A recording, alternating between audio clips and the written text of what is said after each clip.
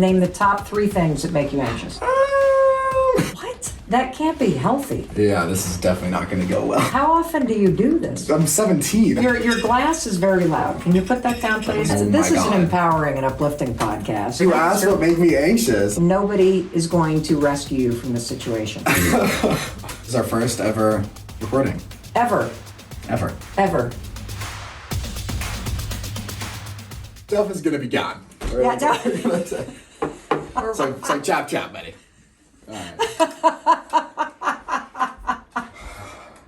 You got about 15 minutes. Okay. What do you mean we have 15 I'm minutes? You have to joking. go to the bathroom? No, I don't. Okay, so this is... Wait, I've got Oakley, do you happen to have a micro SD card? Do you have a drone, anything like that? Oh, we do have a drone. It probably takes a micro SD. Can you grab that? Yes, I can. Does the Zoom one have it? That's just a regular SD. Okay. Like, that would make It's the like process a Maverick Pro streamlined. 2. Let me just go grab the whole thing. Yeah, perfect. I'm also gonna grab some That will water. streamline Honestly, I gotta say something into the mic so it's recorded and so you remember. Make sure you have water for your guests because they can get chapped lips quick. Okay. Well, this is going well. It really is. My first ever podcast. The set, as you can see, is under construction. It scared me. Those are the I don't, that was very fancy for what we're doing here. I love it. The set is under construction. We are exactly, holy shit, what is today? August 8th, 7th? Okay, so we are 2 months away from this being live. And as we were setting up, I thought, why don't we just jump in here? Because I think one of the things that plagues everybody is waiting around for things to be perfect. I have been racking my brain to try to figure out what is the perfect topic that I could do for episode 1 of the Mel Robbins Show. And if I had to wait until I had the perfect topic, I would have never, I wouldn't be sitting here because I don't know what the hell we're going to talk about.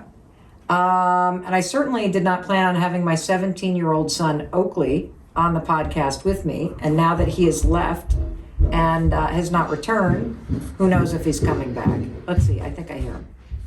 All right, Did you find it, dude? Yes, I did. Excellent. All right, we got the dog. We got the mason jar full of ice. Honestly, that could be your signature thing. Like everyone will be like, oh my god, the Mel Robbins podcast was so nice because they gave me a mason jar. The Mel Robbins Podcast. That's my claim to fame. They gave you a mason jar. Was there actually just Dude, I'm shooting a little higher than that. Yeah. And besides, your sister always steals the mason jars when she comes, and I constantly am out of them. So I'd prefer that they stay here. Here we go. All right, you find it? Yep. Is it? I just did an Instagram story. Do you need like a- Is that cool? Oh, yeah. Hell yes. Yeah, tag us. Like a We'll photo or repost anything? it. Sounds great. Let me see if I can. Awesome. We're getting going. Okay. And we're going to see what other people have asked What us. is this? Okay. Oh my god, this is a bunch of GoPro stuff. How many GoPros do we have? I have no idea. One. Never mind. Trying to find the other one because I know we have 2. Oh wait, yeah. Here's an adapter. So Let now, me see if I can. Need this? I do not. No, actually, surprisingly, you think they just let you do an SD. All right, we're getting back in the seat. Alright, sorry. Getting back where I belong. Settings. no problem. Oh man. Oh Jesus, this is backwards. Oh, these say professional on them. They do. We're not screwing around here. Ready? This is an amateur Ready? hour. That's some good ice water. Let me take a sip of that. Oh yeah. You can listen to me swallow. Oh, I'm not going to touch that. Okay, and with that, just so you know, the very first thing we heard was "Listen to me swallow." But we are officially rolling, and let's give it a whirl. Okay. Thanks. So Will you coach us? What are we doing? Everything. It's the Mel Robbins Podcast. Wow, that's official. And you look annoyed that you didn't get to announce us in Oakley. No, I'm actually not annoyed. Quite happy. Because I know that would come back to haunt me. If you did, is that my dog? Yes, it is. YOLO. No, Yo, that's so unprofessional. unprofessional. Okay, so I wanted to talk to you. What do you want to talk about? Because I have a particular topic. You ask away. Okay. I thought that you and I should talk about anxiety. Oh. What do you mean, oh? I don't know. I thought it was something different. All right, what did you think I was going to say? I don't know, but I didn't think it was going to be anxiety. Hello. The dog is in your lap right now. Okay, so let's talk about anxiety. What makes you anxious? You're 17 years old. Name the top 3 things that make you anxious. Talk into the mic. Yes, I'm sorry. Planes, crowds, and puking. Puking, planes, and crowds? See. See. Why do those 3 things make you anxious? A lack of control. Yeah, thought a lot about it. And how would you describe anxiety? Just like such like a feeling of uneasiness that just doesn't go away, and then it boils into a sense of like worry. Oh, I'm gone. like a feeling of just like so not in control, and everything's like falling apart, and you're just like, what the is going on? And can I swear? Why not? Okay. You're 17. I know, it's cool. Yeah. Does it start in your body usually or in your head? My body. And where do you feel anxiety when you feel it? Top of the chest, right here. Oh, you feel it in the top of your chest? And then into my neck, and then like here. Where's here? And what's it feel like? Like I'm gonna puke. It always feels like you're going to puke, whether you're on a plane or you're in crowds. Like that's the signal. Yes. And then what do your thoughts say? I'm gonna puke. Even when you're on a plane. Yes. And so, tell me the worst experience. I want a good story. That's like impossible. Oh my Why? God. Because there are just so many. They happen all the time. Now? No, not now. I mean, a few times, but not as much. So describe the last time you had an anxiety attack. Like a bad one? Yeah. Like a really bad one? Like a really bad one. Okay. And what qualifies as a really bad anxiety attack? Okay, I can give you the tier list. So there's like there's like not that bad where it's just kind of like, oh, like I feel uncomfortable right now, but like whatever. There's like, oh, this isn't that great when like I start to feel like light and like empty here and I feel like I'm gonna throw up. And then there is like, what's really shitty, and the shitty ones I know happen when it's like my whole face feels really hot and then I just like am all over like really hot and uncomfortable and I think I'm gonna throw up. So it is, and most of the time those only happen when I don't get enough sleep, so I get a lot of sleep. So anyways, it's like 3 weeks before school's about to end and I'm in chemistry class. This is not about that. And I'm just like sitting in chemistry class. I'm so tired. I'm Okay, like, I can't okay, do the this dog right now. is like, hold on one second. And- YOLO, enough. Listen to the story. Okay, It's so so- back to chemistry class. Yes. I need to put this right in my mouth. Oh, there you go. Perfect. I probably could have done that. I'm so sorry. Okay, so 3 weeks before school, and what year are you? I'm a sophomore. You're a sophomore in high school. Yes, I am. So this was literally like just a couple months ago. Yes, I was. Okay. So I'm sitting in class listening to the most boring lecture ever. I don't even know what it is about. But all of a sudden I feel my face start to get like really hot. And I was like, like I know what's about to happen. And then my chest got really light and I was like, oh my God, like this is bad. And I was like, I need to go to the bathroom, but if I miss this, then I'm like, I don't have this. If you miss what? Like what the teacher's saying. But could you even hear the teacher when your face is bright No. red and you feel the anxiety coming? No, not really. So I'm just kind of sitting there like, damn, I wonder when this is over. And I was like closing my eyes and I was like breathing in and out. My friends are like, are you meditating? And I was like, yep.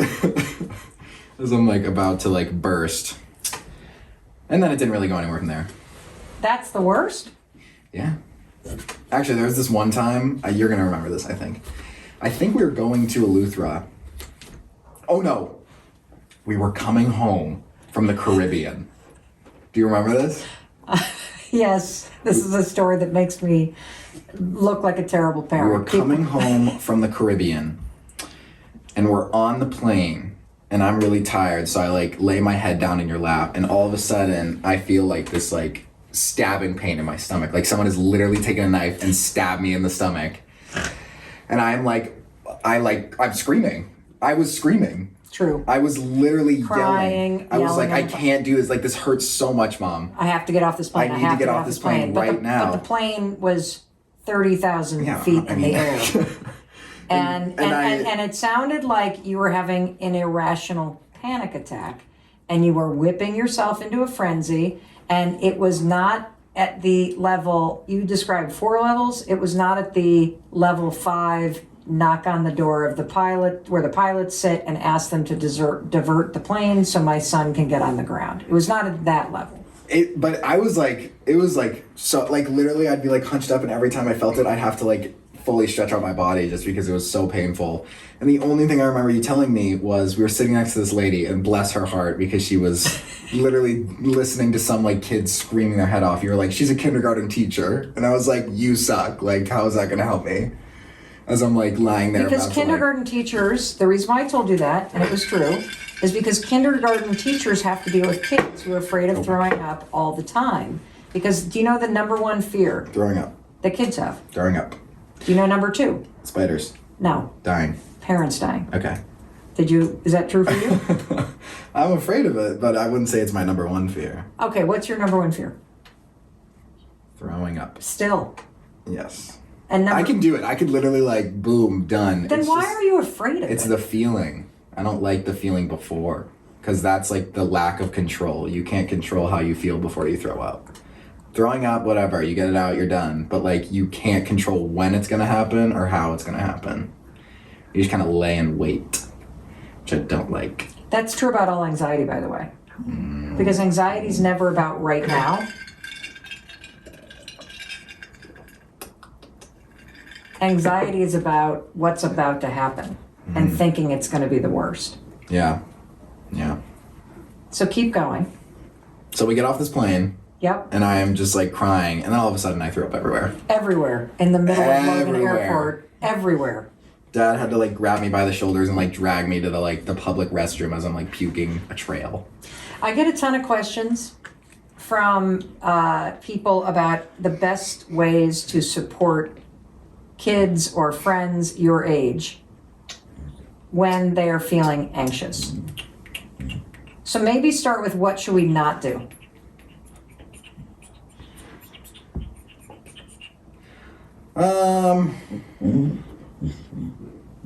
YOLO. Our dog is scratching himself. I mean, I always hated when you guys just said like change the channel, because I was like, how the hell am I supposed to change the channel when all I can think about right now is the fear of throwing up?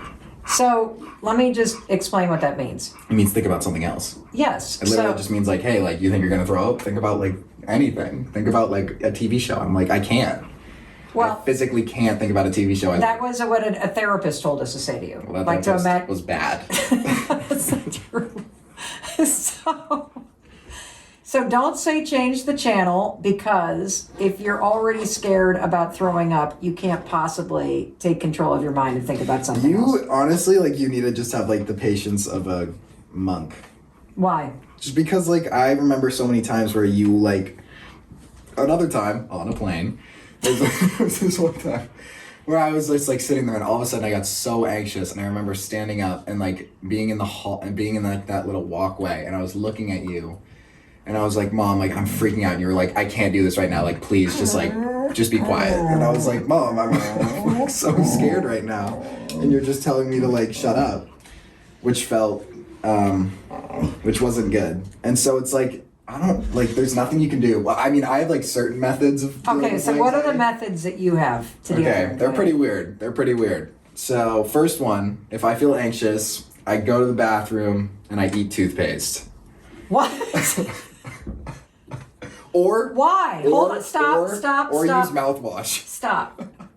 Why? Not like eat. Not like just like taste it. Like brush my teeth essentially, but like not brush my teeth. So why do you go to the bathroom and eat a nurdle of toothpaste? Because it's such like the mint is so strong. Okay. That it's just like it's all I can think about. The other thing that's pretty similar to that is I smell like nail polish remover. What? Because it's just like such a strong scent and it's so sharp that it just like overwhelms me and I can't think about anything but that smell. That can't be healthy. I know it's not. How often do you do this? Not anymore. When it was really bad, I'd do it whenever I got anxious. Which was how often? Like once a week. Oh, well, that's not every day. No. Okay, and what else do you do? Like get away from people. Just like be alone. The best thing to do for me is to be alone and to breathe, like focus on breathing. It's hard to be in like a public area for me and like do it just because I'm also like anxious about being judged for meditating in public for some reason. Why? I don't know. It's just easier to do it in private because I'm just like not thinking about anybody else. I'm like, this is all I need right now. So like when I get anxious and there's like somewhere I can go, I'm like, cool, let it go. So when I'm on a plane and I can't go anywhere, I'm like, Well, why do you need to go somewhere? Can't you just sit there and because close it's your eyes? also nice to have a change of scenery. It's nice to get up and get moving and like do something, and you can't move on a plane. And I also think I'm gonna die on a plane. So there's just so much with planes that I just am not okay with. Literally every time I get on a plane, I'm like, this is my last time alive, which I know is so morbid, but it's like, and I know you're like being in a plane is safer than being in a car, but it's just like I can't be in a plane because like I can't imagine like the dude coming on the intercom and being like, we're going down, and I'm like, oh my God, like what am I supposed to do? Sit here and wait? Like no. So How do you manage that? Because we do fly. I don't. I literally just like sit in fear for the entire time. whenever there's turbulence or when we're landing or taking off. That's terrifying. Why? You know the one story that Kendall told us about the like one of her friends that like used to fly planes and all of a sudden his plane like broke and he was trying to land and it just went straight down? Yes. Like I think hold about on. that every single day. Kendall, our daughter, or my daughter, his sister, had a friend who died in high school. He was a pilot. He was just like doing his like flight exam basically. Yeah. He was with his pilot, or he was like with like a trained His pilot. instructor, His yeah. instructor. And I think it was his last flight. Yep. And he was just like, he was about to land the plane and all of a sudden the plane just like nosedives. And they just like both died. And I'm like, oh my God. This is an empowering and uplifting podcast. Listen, you asked what made me anxious. Like, I'm gonna give you the answer. Okay, so you just sit in fear. Now, the reason why I hate knowing this, or I'm glad you told me, I hate flying. but I used to hate flying too. More than anything. I used to hate flying so much that when we would go see your grandparents, Mouse and GB, I would ship the Christmas presents ahead of time because I assumed You might die. I might die. Yeah. There were times that Chris and I would fly on different flights with you kids and split up in case something happened to us. That's how entrenched and gripping my fear was. I operated as if it was going to crash. Yeah. Yep. And then I figured out how to trick my mind. Do you want to know how? I knew you were gonna say that. Do you want to know how to trick your mind? Sure, Mom. Go No, ahead. for real. Sure. You know it. Explain the steps.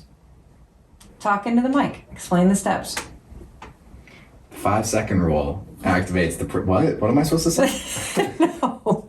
Before you get on a plane, Oh, you like tell yourself, you think to yourself what you're excited about. yeah, you think about where you're going.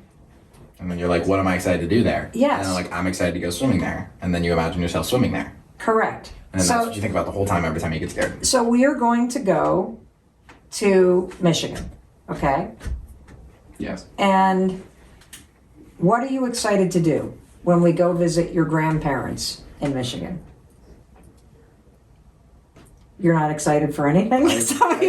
I have no idea. I mean, I would say the twins, but they're not going to be there. Well, what about Lake Michigan? What about the pontoon boat? What about... I don't know. I haven't been there in so long, so I have nothing to really. I'm not really like. I kind of want to be here, if I'm being honest. But it is his birthday, so I guess just like celebrating GB's birthday. Okay. Give me a particular image.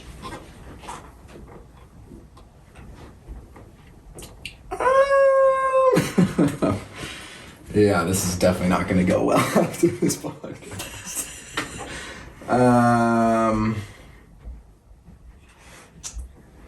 I don't know, pulling in the driveway and smelling how it normally smells. I like the smell of Michigan, I guess. Okay, so, but you're not excited, I can tell. Not really. Think about being on a pontoon boat on Lake Michigan and diving off in that beautiful water. It's not really doing it for me. Okay, well, this is good because it's got to be authentic. I know. Think about getting out of the car when we drive down to Chicago and you seeing your cousins fully suited up in their first full contact football game. Sweating like crazy. So the vibe I'm getting is you're not excited to go on this trip. Not really. No. Which is so bad, I know, and I feel so bad about it, but it's the honest truth. That's so Then I can't help you. I'm You're so really mean. screwed. You're going to get on the plane, honestly, and you're going So to... need to like be mean now. No, I'm not, but like it is a little bit of a bummer that you have absolutely nothing that you're excited to do. Okay, here's what I think we should do, because this is meandering all over the place, which tells me we got to have our beats like we do before we do this. But look, why don't we do this, Oak? We're gonna do a special segment where instead of me giving the advice, I'm gonna let you answer some people's questions. Did you ready? post the video? Wait, are these like actual people's questions? Yeah, they're right here. Are we taking a bit of a can I pause for a second? Yeah. This sounds great. I would also, there's a feature where we can connect this thing via Bluetooth to a phone and like people can call in. But we can try that here. Like it might be fun to try that tonight and try and do I'll it. go on the driveway and call. Someone calls in. Well, we're like apparently I have to mess with, but this I just want to throw that out there. 'Cause That's I know it'll light you incredible. up, so Yes, it would light me up. Okay. That situation was very, I love creating more work for myself. very. Okay, awesome. We got you, dude. Mom, we can have a conversation after this podcast about Michigan. Okay, well, you're going. I know I'm going. I want to go. And I know you don't want to go. No, I do want to go. Okay, we'll I talk wanna about that see later. them. Okay. Okay, stop. You ready? Yes. This I'm a is, people pleaser. this is a question from Sylvie5. I'm a people What pleaser. did I know? How to set my boundaries and say no. How do you set boundaries? So do you have anybody in your life that's Who is the most important in your own life? Who? Who? Me. Exactly. That's how you, like, if you're a people pleaser and you want to make sure everyone's happy, you need to realize that you are more important than anybody else to yourself. So step one is to make sure you are people pleasing yourself. Okay. And normally people pleasing it's only ever bad when you're jeopardizing how you feel. So if you can prioritize how you feel, then I feel like you can people please as much as you want. As long as it's aligned with what You you believe feel. and Okay, you so feel. so hold on. It actually sounds like you skipped a step. So Probably. step one is understanding What you want. what you want. Exactly. And step two is making decisions that align with what works for you. I think being a people pleaser is a great thing. Making sure other people are happy is a great quality. But you need to make sure that you are the happiest. Because you also can't help people if you're not happy. So if you want to be a people pleaser, you got to make sure that you are following what you believe and you're doing what makes you feel comfortable, but you're still doing things that make people happy. You know, I got a story about this. Can I tell you a quick story? Tell them. I'm telling you. Ooh, go. So this just happened to me this weekend. Yes. A friend of ours' father, Oh, yes. who was very sick and has been for a long time, died. And they were holding a memorial service 2.5 hours from here on Saturday. And normally I am the kind of person that always shows up because I think it is important to show up in life. Definitely. And Dad was all set to go. Mm-hmm. And I was planning on going. But then I had a mammogram, which is a scan of my breast. I don't know if you know this. And they saw something. You just had one. Yes. And that's why I was in Boston for an extra 2 days. Did they get it out? Well, they wanted to do extra tests to see, what exactly it was that they saw and to make sure it wasn't something, scary. Is it? Thankfully, no. I've got to go back for more tests in 6 months, but they think it's just scar tissue. Lovely. So when I got up here on Friday night, finally, after 2 extra days of, getting the exam and moving, I was tired. And here's a question that I asked myself because I started to beat myself up for not wanting to go. And Dad looked at me and said, well, I really don't want to go either, but I think it's super important that you show up for friends. And I think you should show up for friends. Of course. But here's what's important if you tend to be a people pleaser. Instead of asking yourself, should I show up? Should I do that thing? Ask yourself, what would support me? What decision would support me right now? So instead of the should, which is guilt, obligation, what decision really is going to support me? Yeah. And had I not had to be in Boston 2 extra days to get all these medical tests, You would have gone. oh, 100%. it would have supported me to be there for my friends. Of course. And so that's one trick that you can use as a people pleaser to stop yourself from pressuring yourself with guilt and a sense of obligation. And just say, well, what would support me in this instance? And there are going to be times that what supports your friend aligns with the answer to that question for yourself. And there are times when it's not going to, just as it did on Saturday. And so I didn't go. I stayed here. I got a bunch of stuff done that I needed to get done. I got to spend time with you and Kendall, who was visiting from LA, and Dad went down to the service and was there on behalf of both of us. And I sent the couple a beautiful note, and that's that. And I'm happy I did it. Yeah. All right, you want another question? Do you have anything you want to add to that or no? No. No? Okay. All right, let me see another question. Hold on, we're going to take one more. That's all the time. Is it all the time we have? I think don't know. so. It's all the time. Oh shit! I keep doing this thing. Sorry, guys. I'm tapping through my story on Instagram. to Who's your try to Who's your swipe. sponsor? What's like the message that's gonna pop up? Who should be our sponsor? I don't know. Okay, you ready? Sure. Oh, this is a good I'm one. also a people pleaser. You are? Oh, okay. Do a lot of people struggle with people pleasing? Is that why you're saying that? People that I know, they're like, I'm a people pleaser and I can't deal with my own things. And I'm like, okay. Okay, what? But you sound judgy. I do sound judgy, and I'm not judgy, but it comes across. Your glass is very loud. Can you put that down, please? I realize you're having a mason jar ice water moment, but I'm thirsty. Okay. I don't know. I feel like I hear it so much that it's annoying. it's annoying. It's an excuse. It is an excuse. And it's a pattern. I'm like, yeah. Okay, this is a really good one for you to answer. This is from Natalie Ann, 32. Love it. She would like advice for how you find yourself again when you're a mom. Damn. See, I'm just gonna come across. Wait, I'm not a mom, so I'm going to answer this question, but just know that I am not a mother, and I didn't know. I wouldn't know that you would lose yourself in motherhood. Really? I mean, I'm 17. How am I supposed to know that? You just without naming names. I want you Who to seems think. lost? I want you to think of some of your friends. Mothers. Yes. And are they an individual, or do you feel like they have lost themselves in the role of being a mother? See, like, I need to ask you because I don't know. Well, you can say it into the mic and we'll edit out the name. Can I just, like, name people? Yes. And see if I'm right? Yes. Yes. Okay. Nah, not really. She's got a big job. Okay.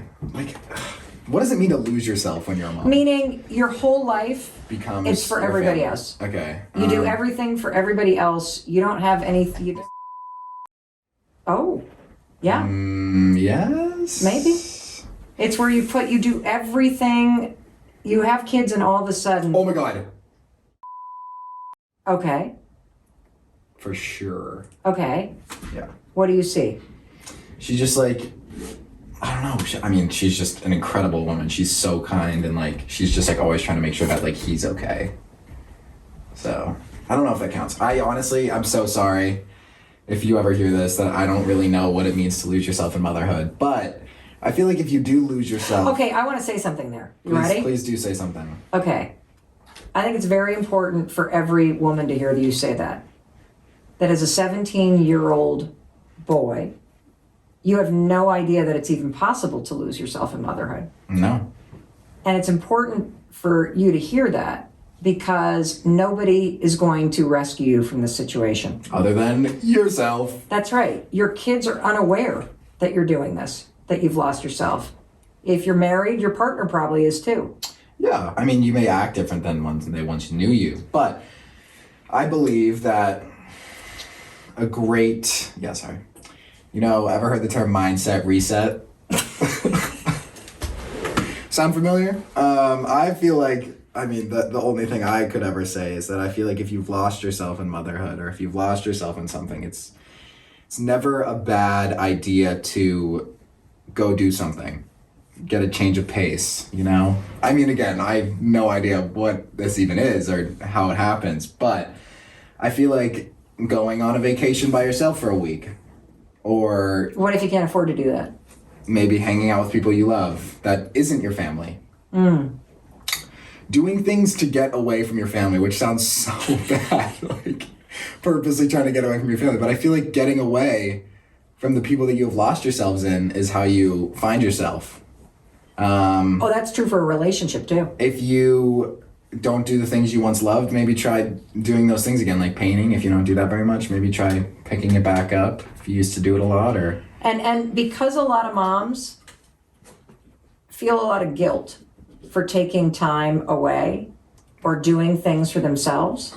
Well, I mean, you should feel worse if you're not doing it. Why? Because you can't be the best mother you can be without doing that. Like, if you're lost in this, then you're not the best version of yourself. And so you're actually you should feel more guilty about it. But if you can say, it's one thing to be like, you can either, gotta pull that mic. You can either, sorry, they're riding up a little bit. You can either, I didn't know sweat shorts rode up. it's just the way I'm like constantly moving in my chair. Okay, let me paint a picture. I feel like it's sad. I'll ask you this. I mean, this is Okay, obviously let's another role question, play. but it's like, what seems worse? Like being like not mentally present or being lost for like a year or being like completely absent, like you don't see me for a week.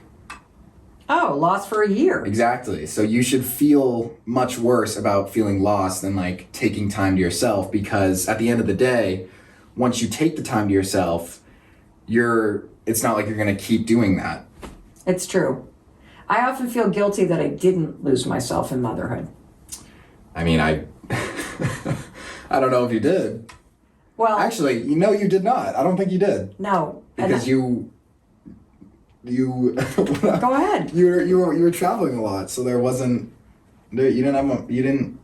had the break. I mean, you had a very big break. Because I was traveling all the time. Like, For those of you who don't know, all the I time. was the one that I was working and Chris was home with the kids. It was like she'd come home like for like 3 or 4 days, maybe like I feel like 3. 3 is reasonable, right? Yeah. And then you'd be gone for the week. Yep. And then like 2, and then be gone for like a week and a half. Yep. 4, and then gone for a week, and then Yep. It was very much like that for like what, year and a half, year? Yeah, 2? probably 2 or 3 years. 2 or 3 years, and then it got to the TV business where you were gone the whole week. Yep. And then you were there on the weekends, and then you were gone for the whole week, and then there on the weekends, and then, I don't know, since now you've kind of just been like random Yeah. in and out. So what was it like for you? Because a lot of moms are scared to pursue what they want to pursue and scared of success. A lot of people have fear of success, fear of change, fear of what would happen if I were to spend more time pursuing something rather than devoting it all to my kids. What did you learn by having a mom that went for what she was interested in. I wouldn't say that this is something I learned, but this is just something that I feel is that no matter how old you are, your age should not prohibit what you want to achieve. Just because you're a mom and you have 3 kids or more or less, that doesn't mean you can't go out and do what you love or do what you want to achieve. What did you think you learned by watching me go out and do that?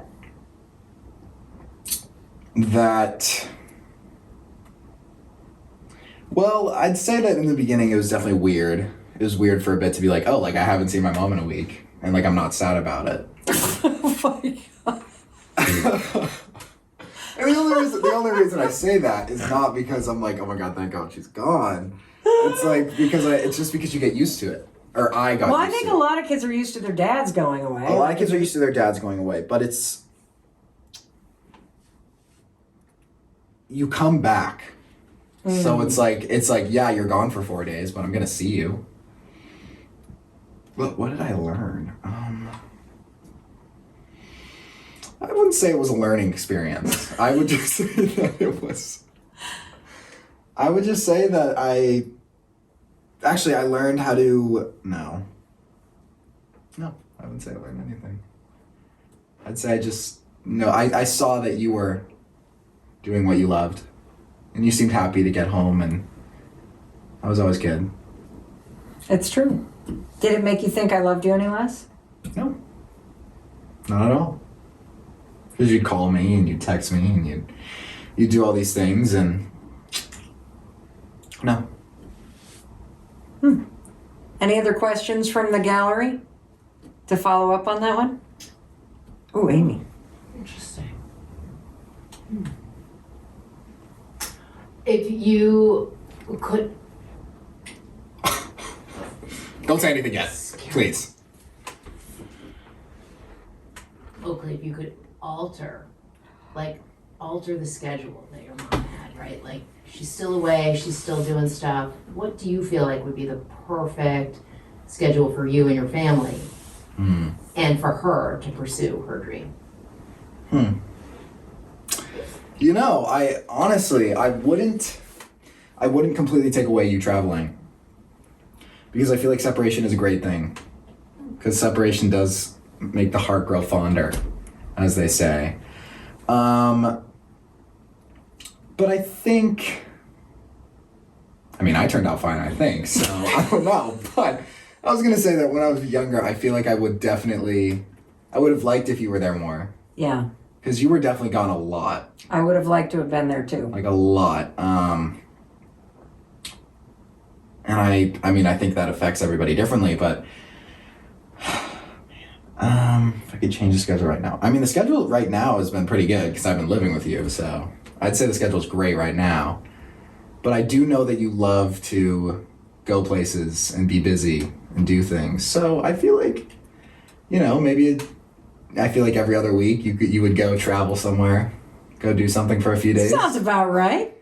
And then, I don't know, then you come back and you hang I'm happy. You're happy. Well, I think that's the most important reset. thing, right? Like, you need the best thing a mom or a dad or anybody can do is to figure out how to be happy. If you show your kids that you're happy, like if your kid grows up watching you be unhappy, that's going to be like their representation of what it's like to be a parent. Yeah. But if you show your kids that you are happy in your marriage and you're happy with what you do, I feel like that also just shows your kids. And I don't know. I was about to say, like, do it for your kids, but don't do it for your kids, do it for yourself. Boom. We'll be right back. That was a mic drop.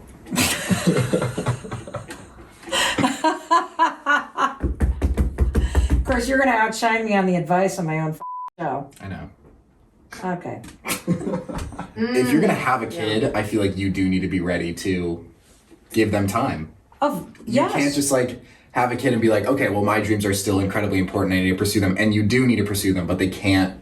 Your kid is now part of your life. Like, Yeah. they are a big chunk. Absolutely. So let's just take the example of a touring musician. Okay. So your sister has a aspiration to have a big career as a singer-songwriter, which means she would tour. Mm-hmm. you yourself stream and you write music, and after seeing, what was the concert where you turned to me and you're like, Rex Orange County. Yeah, you saw Orange County. You're like, Love. I would love to do what he's doing. Yeah.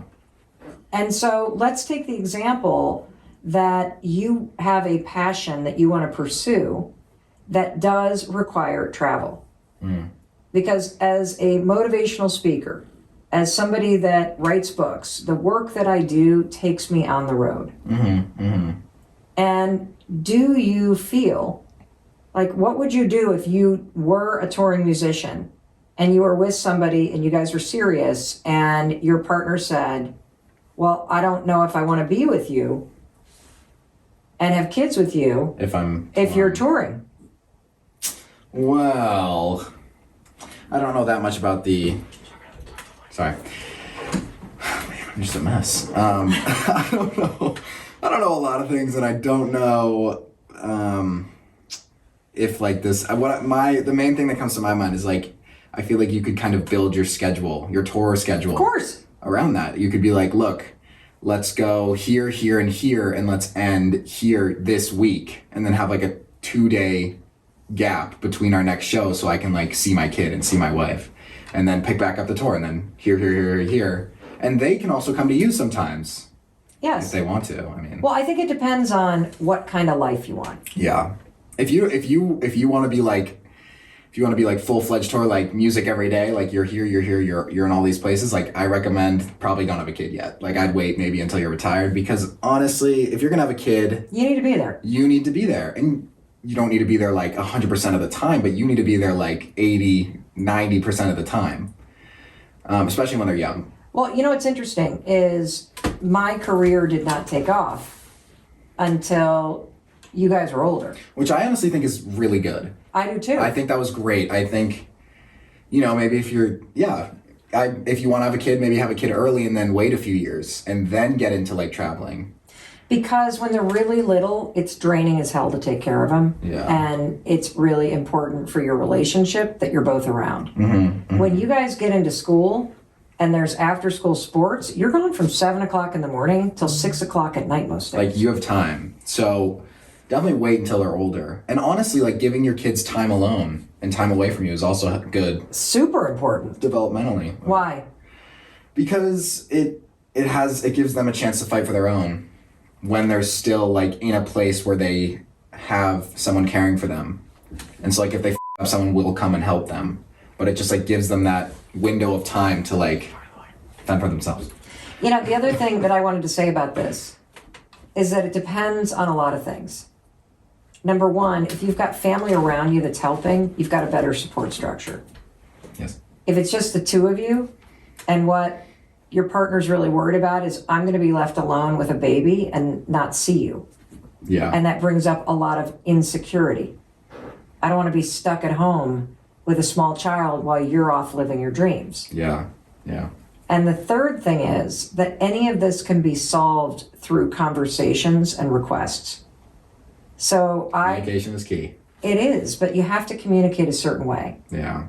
So I changed my travel schedule dramatically a couple of years ago because I put some boundaries in place, meaning I would never take a speech on a Friday morning because I wanted to be home by Friday night. And then the weekend. Yeah, and I don't speak on the weekends and I don't speak on Mondays because I'm not traveling on a Sunday. Yeah. And having just those small boundaries in place created a schedule that made your dad, Chris, feel like more supported. Yeah. And it makes you guys feel more supported. And so, if you're just like, well, if you're touring, we can't. You can. Of course you can. Like if you're the one on tour, like it's your tour. You can figure anything out, is my point. Yeah. Like, it doesn't have to be you're together 7 nights a week, and it doesn't have to mean that your partner's gone for 4 months. You got to sit down with each other and find out, well, what is it that you really want, and what do you need for support, and what kind of compromise can we come up with? And more importantly, once you do that, how do I need to behave as your spouse in order for you to feel safe and to feel supported? Yeah. I think just kind of barking about I don't want to have kids because you're going on tour. That just misses the whole point. You've got a chance to create something that works for both of you. Yeah. Or not. So my career didn't take off, Oakley, until 2014. So what? I was like, So that was 8 years ago? So you were 9 years old. I was 9 years old. And And honestly, your sisters were 14 and 16. well, honestly, And dad was now home. yeah, at home Not because we were loaded. because he didn't have a job. Correct. And so when I really started in the speaking business, I took everything I could because we had to pay our bills. Yeah. Yeah. And, I just said yes, yes, yes, yes, yes. And I was gone long You were stretches going of on time long stretches of time. because I was trying to pay our bills. Mm-hmm. And, I kept saying to myself, look, for the family or something. that. Yeah. And, this is not really a sacrifice to get paid money to stand on a stage and give a speech so I can pay my bills and get us out of debt. You got military families where mom or dad goes away for a year. Yeah. I mean, that's a sacrifice. Yeah. And so that didn't make it any easier. Mm-hmm. But it wasn't until recently that we were in a position, because the bills were paid off and, we'd saved some money, for me to go, well, I can change this now. Yeah. Let me tell you what doesn't work. I hate leaving on a Sunday. Mm-hmm. I hate not being home for a weekend. I hate the number of games that I've missed that you guys, have played. And so what changes do I need to make so I can be there? Yeah. Well, Moving to Vermont's one of them. there you I go. didn't want to miss the last 2 years of your high school. Yeah, that's good. And It'd be crazy. it is going to be crazy. You're right. It's gonna be pretty gnarly. Yes, bigger kids, bigger problems. See, you think you can be around, you don't need to be around they're little. I think you need to be around more when they're big. See, yeah, I'm gonna back that up. Well, no. When they're super little, you need to be around. But like when I was 9, I didn't care where you were. I was like, oh, I'm going to school. Oh, I'm going to my friend's house. Like, oh, this is the dinner on my plate. Oh, I'm going to bed. Bye. Like, I didn't have half a brain to be like, oh, I wonder what my mom's doing right now. I wonder where she is right now. And I didn't really care. So I think that when you're like 8 to maybe 12, Yeah. whatever. Not Okay. like whatever. Like obviously be there for your kid, but it's like I think that's where you have a little more flexibility because your kid does not give two about where or what you are doing. All they care about is what they're doing at school, I don't know, whatever TV show's on at the time, like whatever. But once they start to hit puberty, I think they need you to be more in their life, and also when they're tiny, they need you in their life. Sorry. You know what I've learned from this podcast? I'm not putting you in a swivel chair. Yeah, I'm no, gonna I was park literally you gonna say when this was in over. a chair. When this And I'm going to put a seatbelt on you, and I'm going to strap the microphone to your face like that Hannibal Lecter mask so that you can't when move. this was over, I was literally gonna say I don't think I should ever sit in a swivel chair again. No, and I think you need a mic that has one of these If I things. do come back. Well, we're going to let the crowd decide if you should come back or not. Okay, well, they'll want gonna- me to run the show. So. No, Anyways, yeah. that's it. I feel like you should definitely be there when your kid is hitting puberty. Like that middle ground between when they're able to walk and talk and kind of think for themselves. Like third grade to, I don't know, 6th grade. You're fine. You need to be there, but it's, I'm like, I don't know. I feel like you get what I'm saying. Kind of. Kind of. All right. So I don't know how to wrap this up. I don't know if we'll use this or not. This is going to be on YouTube. So just keep watching on videos YouTube. and God. subscribe because we did not really summarize this and the takeaways at all. This was us just testing. This is actually This is our first ever recording. ever. Ever. I just wanted to rip the Band-Aid off. Break the seal, as it were. Go her. Go you. Go mom. Go all of us. Thank you, everybody, for staying and being here. Tell them if you want me back. I don't. Goodbye. Hey, it's Mel. Thank you so much for being here. If you enjoyed that video, by God, please subscribe because I don't want you to miss a thing. Thank you so much for being here. We've got so much amazing stuff coming. Thank you so much for sending this stuff to your friends and your family. I love you. We create these videos for you. So make sure you subscribe. Mwah.